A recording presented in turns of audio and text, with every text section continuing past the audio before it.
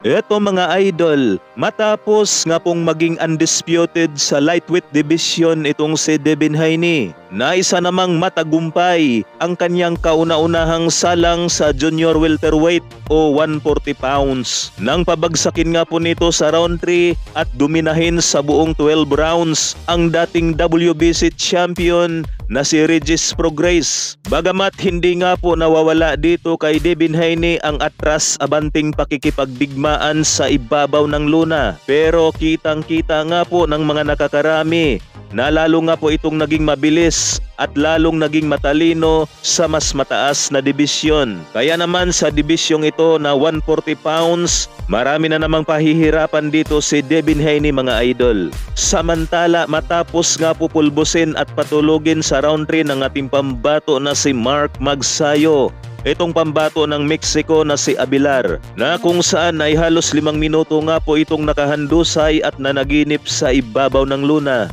At balita pa nga natin dyan mga idol ay nadala pa nga raw ito sa hospital itong si Abilar. Na nagsalita naman itong ating pambato at ang kanyang coach na si Marvin Sumudio sa Play It Right TV.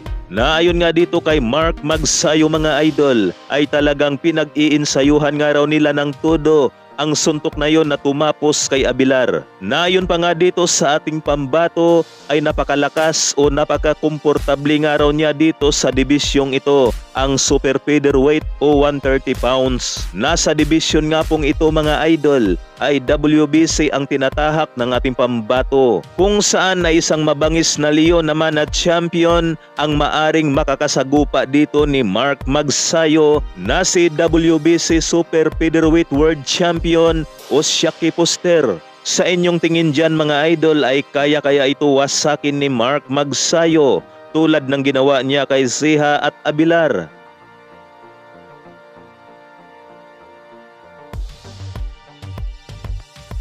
Sobrang saya ko po kasi naisipin kami ng mabuti yung suntok na yun para sa, kasi lagi namin tinitraining sa Wildcard